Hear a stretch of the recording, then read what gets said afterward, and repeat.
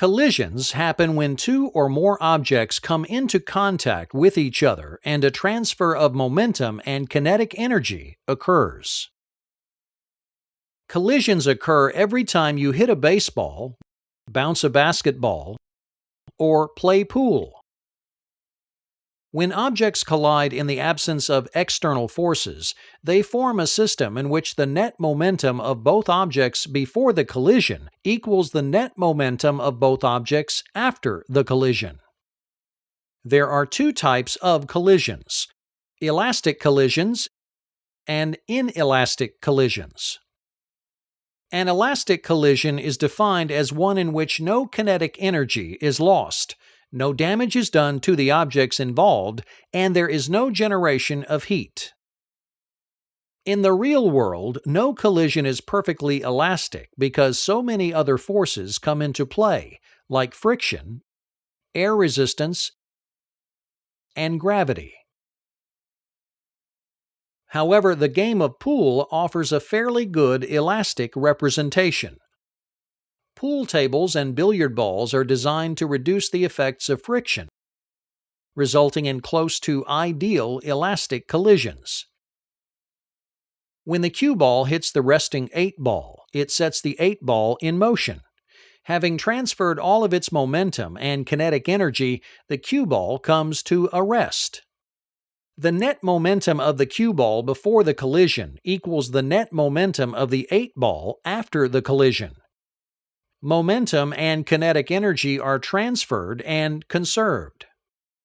If the 8 ball is already in motion when a similarly moving cue ball collides with it, then the 8 ball will gain some of the initial cue ball's momentum, and the net momentum before and after the collision will be conserved.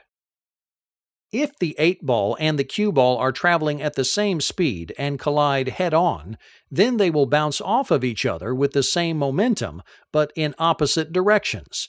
Their momentum and kinetic energy are transferred and conserved.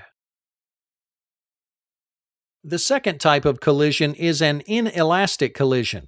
In an inelastic collision, momentum is still conserved, but kinetic energy is lost in the system, resulting in the creation of heat and damage done to the colliding bodies.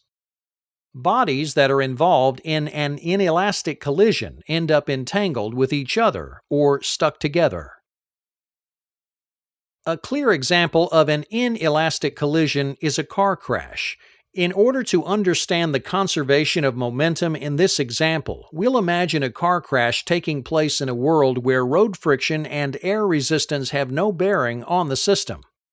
Let's take two cars, A and B, with equal mass.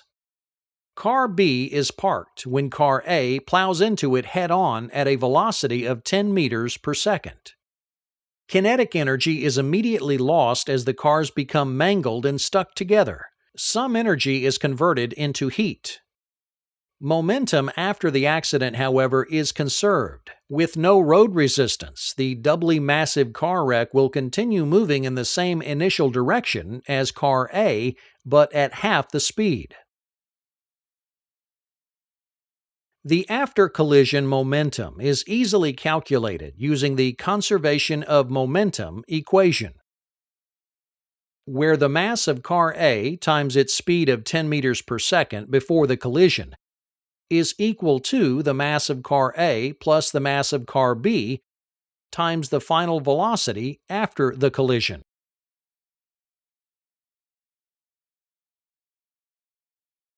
Rearranging the equation to solve for the velocity after the collision gives 5 meters per second.